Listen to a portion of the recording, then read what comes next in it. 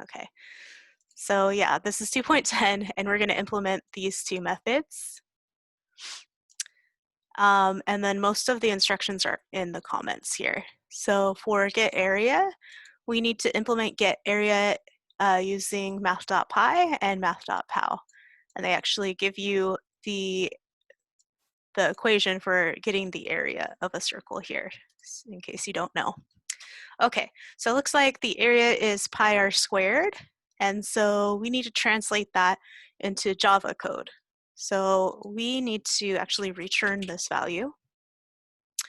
And how do we get pi in Java? Well, it's actually a constant in the math class. So we can reference it by saying math.py, and notice that it is completely capitalized. That's a convention letting us know that it is a constant value that never changes. And then we need to multiply r squared. So we need to find out what variable is storing our r value, which is radius, and it's called radius up here. So we need to multiply it by radius squared, but we can't write it like this, right? That's not proper Java code. Instead, we need to use math.pow. And if you remember, math.pow takes a base and an exponent.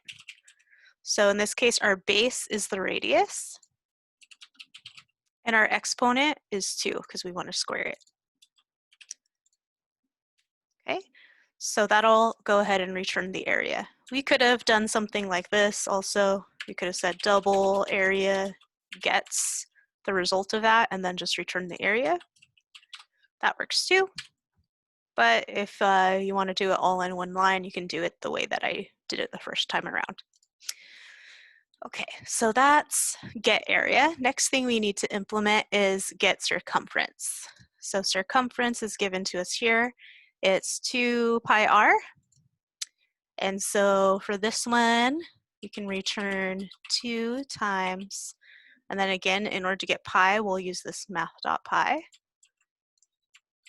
And then we need to multiply that by the radius, which again is just stored in this variable called radius. So this is probably one of the more simple homework assignments out of the 3. You'll see what I mean as I go on to the next ones. But let's go ahead and check our work. So we're going to run this tester class, which is going to compute the area and circumference of 2 different circle objects. Let's go ahead and run that.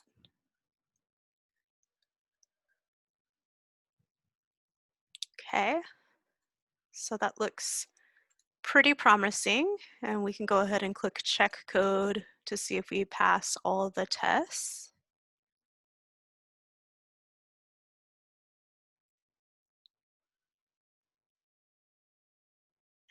And sometimes it takes a while, sometimes I have to refresh it, so let's see. Let's refresh this guy. And check the code. All right, so it looks like it's passed all the tests. We got the correct values for the circumference and the area of multiple circles. And so that one's successful. Okay, so now we can go ahead and submit that one and continue on to the next one. And like I said, these other 2 are a little bit more involved, so we'll kind of spend some time breaking down what each is asking. So let me go ahead and go reset these. Okay, so I'm going to open this up on the side here. Okay, so there's a lot to read here, so really take your time in understanding what they're asking. It says, in this program, we are going to practice using the math class by computing some important values on the unit circle. And if you don't know what the unit circle is because you haven't taken pre-cal or trig, don't worry. We're just going to kind of explain it conceptually. So you're going to use the angles 0, pi over 2, and pi to print out the angle and the cosine of the angle and the sine of the angle. So luckily, if you don't know how to calculate cosine and sine, we have functions or methods that we can use to do that. So we've got math.cosine, and we've got math.sine as well to do that. Okay, so our output is going to look like this. So it's going to print out this first line that they gave us, which is radians, and then cosine sine. And then we're going to print out the angle. So for 0, the angle's kind of just be 0. And then we're going to print out the cosine of the 0 angle, which is going to be 1.0. And then we're going to print out the sine value of the angle 0, which is going to be 0.0.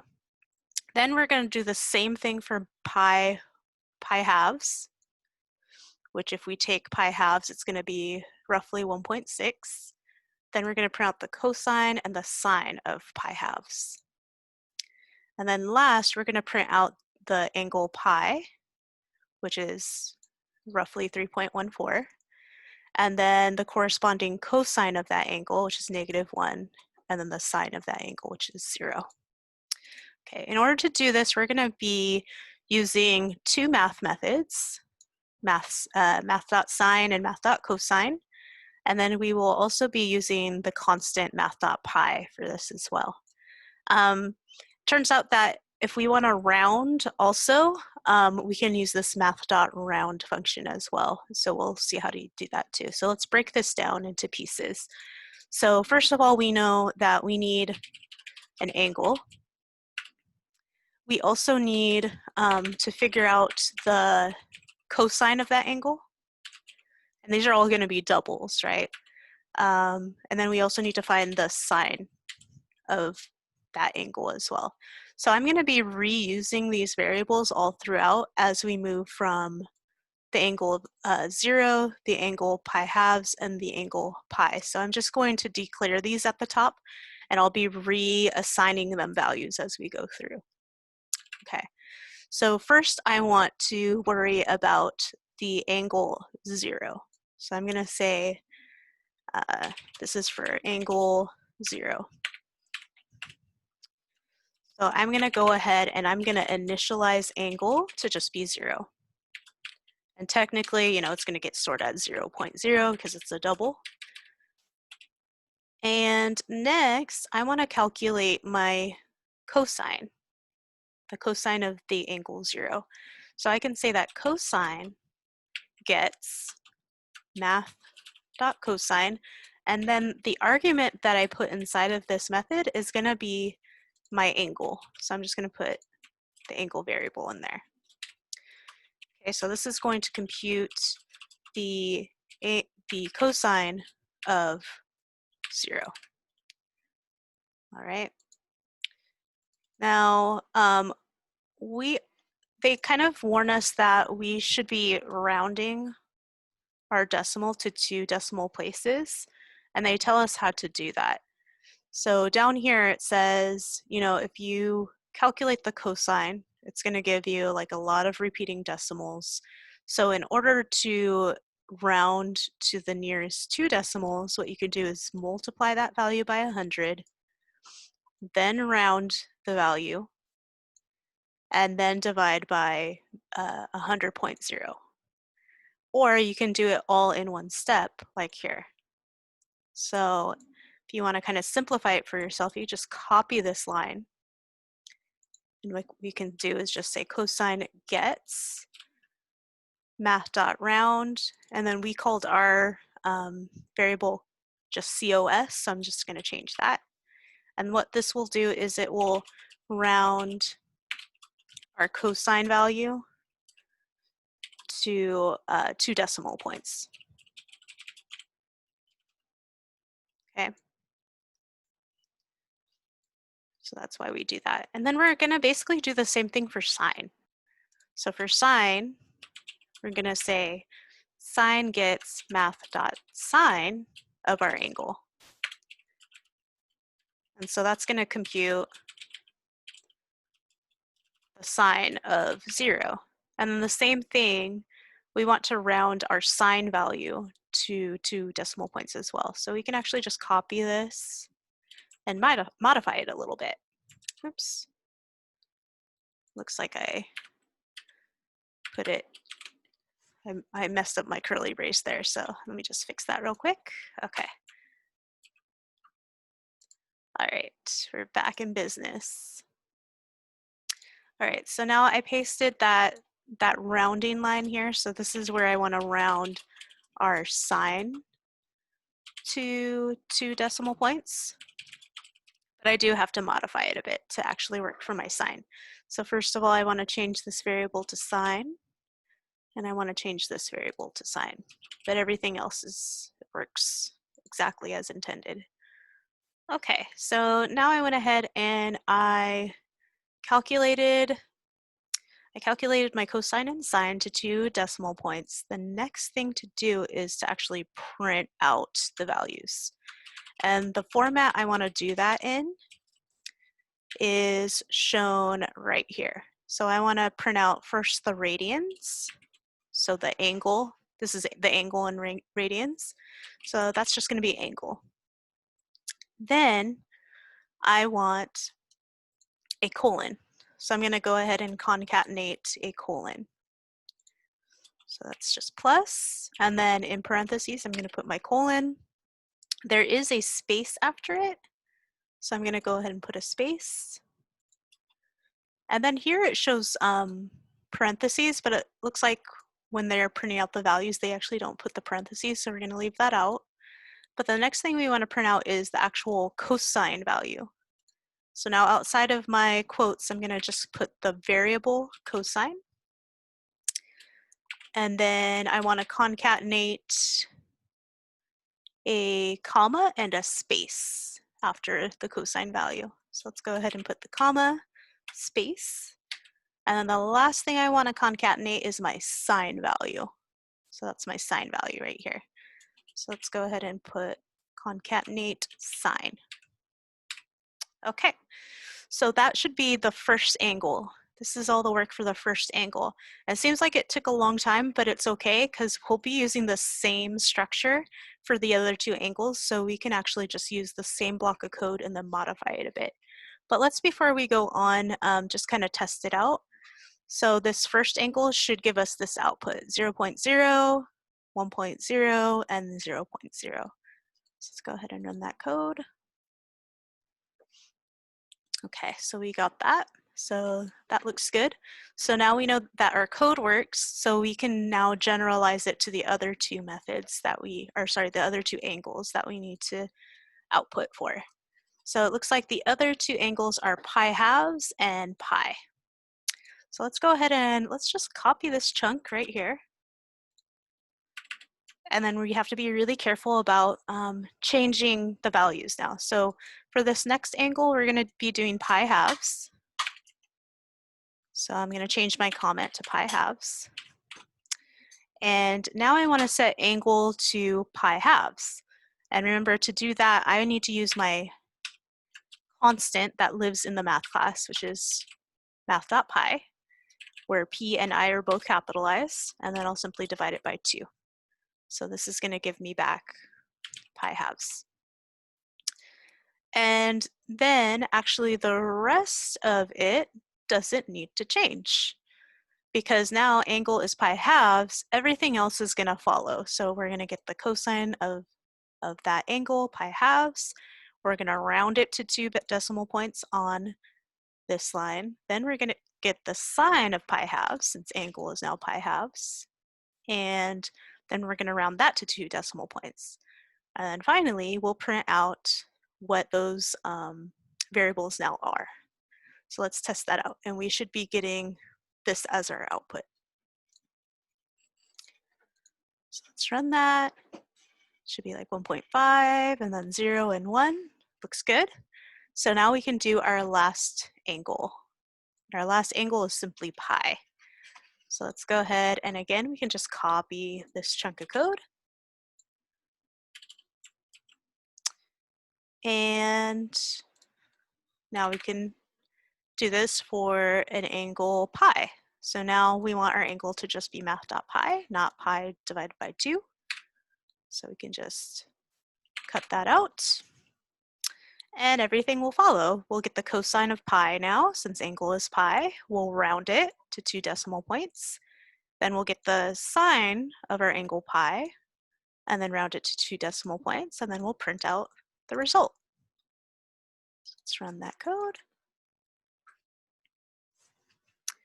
And now we've got everything, the expected values. So pi is about 3.14, the cosine of pi is -1, and the sine is 0. So, and then again, if you don't know trig, it does tell you the expected output right here. All right, so if we go ahead and run our test cases, it says that we are able to produce all the correct results. And you might notice there's a lot of repeated code, and some of you that maybe like to tinker with code or have some previous experience might recognize that, hey, maybe I can create a method to generalize this. And yeah, that's a even better solution. But since we're just starting out, I just kind of went with it angle per angle. Okay, so let's go ahead and do the last one. So I'm going to go ahead and submit that. And this next one, there we go, is called racing. So they gave us a class called race car that has most of the code implemented for us, but there is one method that we have to implement called compute time. Compute time takes one parameter, a double, which signifies the length of the course. And then it returns how long it will take a race car object to complete the course in seconds, rounded to 2 decimal places. So again, we're going to have to use that mathed out round method in order to do that. And then they give us more instructions on how to compute the time down here, and it looks really complicated, but don't worry, we'll break it down. And then we also have to do some coding in the main method of the client code. So we need to create 2 race car objects that represent the 2 cars on the racetrack, compute how long each car takes to complete the race, and then we need to print out each car's time. There are comments to help us out, so let's make sure we read those. And it looks like it's up to us to generate the car's acceleration. We're going to be using math.random to do that. Very importantly, the acceleration has to be a value greater than 1. It has to be positive acceleration. And you can use a combination of math.random and math.round, or I guess there's some slides somewhere. I don't know. Let's ignore that part. Okay, so let's go ahead and get started on this guy. And let me go ahead and refresh this so that we're starting from scratch. First thing we want to do is we want to work on the race car class. And let's just take a look at what's already in here. So they've already implemented most of this class. They've specified 2 private instance variables, one for acceleration, which is stored as a double, and one for the name of the driver, which is stored as a string. Then we see we have a constructor that sets or initializes the values of those 2 private instance variables. We also have a toString down here that returns the racer's name. And then we've got this other method called compute time that we have to implement. And so compute time is supposed to return the time it takes the race car to complete the track, given the distance of the track. So in order to do this, we need to look at the assignment details over here, where they specify how to compute the finishing time. And they give us a little bit more details than we need to know, which is like how to calculate distance. We don't need to do that because we are going to be given the distance. So what we want to pay attention to is this equation here, which is how to compute the time it takes to travel some distance. And that is given by the square root of 2 times the distance divided by the acceleration. And so we're actually given the distance here as a value that's passed in to compute time. And then acceleration is actually a private instance variable called accel that belongs to an object of the race car class. And so we have access to both these two variables here. So in order to take the square root of something, we're going to use a math method called math.squirt. And so we actually want to return this value. So we're going to say return math.squirt, or square root. And then we're just going to plug in the values that we see here. So 2 times the distance, which is just given by the distance here, and then divided by the acceleration of our race car. And so that's just accel. And we can space this out for readability as well. And that should take care of that. Okay, the next thing we need to do is actually add some code to main so that we actually have 2 race car objects to test this out with. So let's go to race.main. The first thing we need to do is we need to generate random accelerations for each of these cars. And so for this, we're going to use math.random. So let's go ahead and generate one acceleration. We'll call it A1. And for acceleration, it doesn't matter if it's a whole number or a double. I'm going to go ahead and just go with a double since that's what math.random gives us. So we're not going to be casting to integers like we did it in our examples last class. So for this, I could just say math.random.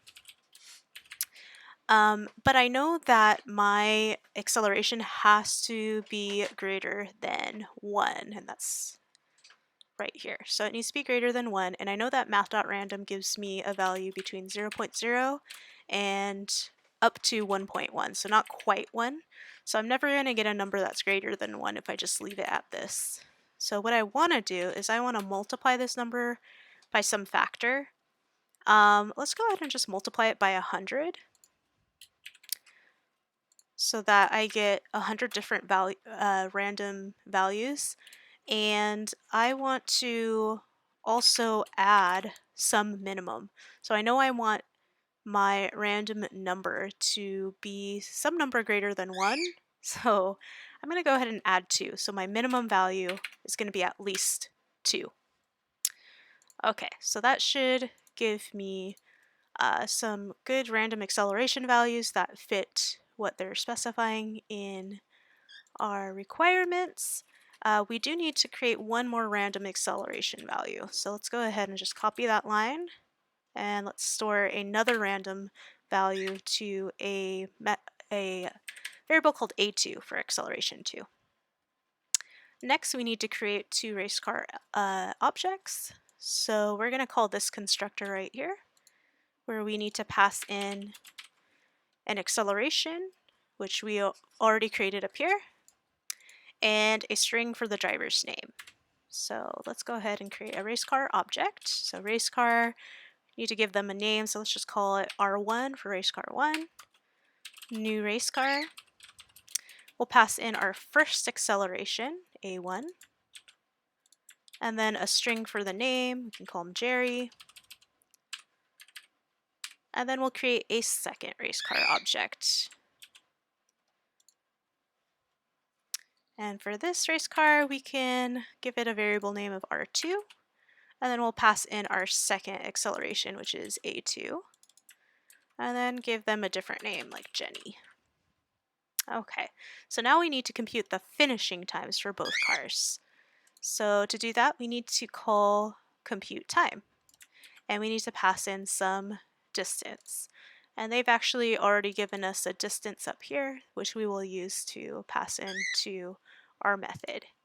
So since this is a non-static method, we need to call compute time on an object of the race car class. So we're going to call this first on R1, passing in distance, which is located up here, specified as 2,414.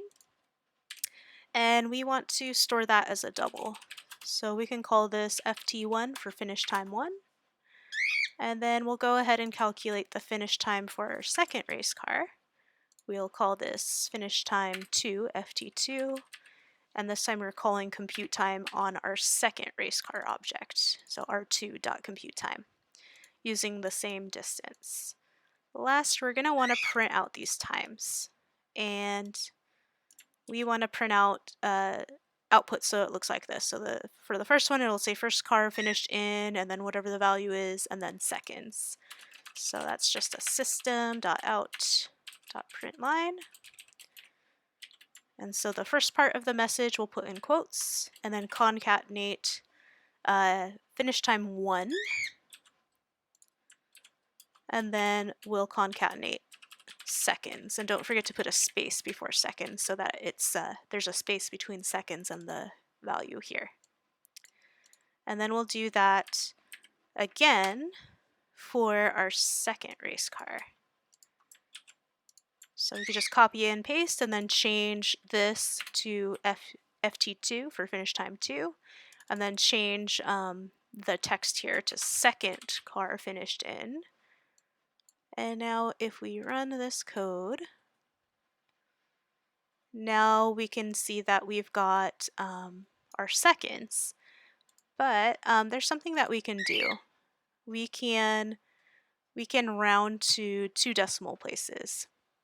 So in order to do that, we're going to go back to our race car, and instead of just returning the result of our square root here, let's go ahead and store this to time. And let's go ahead and convert this value to be rounded to just 2 decimal points. And so for that, we're just going to say t gets math.round, and then give it the value of t. And then we're going to go ahead and add a 100 to it, and then multiply by, we're going to multiply 100, and then we're going to divide 100.0 to convert it back to a double. So here we get time rounded to the nearest integer, and then we convert it back to a double by dividing it by 100.0. So now we can return t, and then now we can run this again, and we should see our times being returned now in the 2 decimal points instead of multiple. So now if we check this, now we have everything passing all the tests.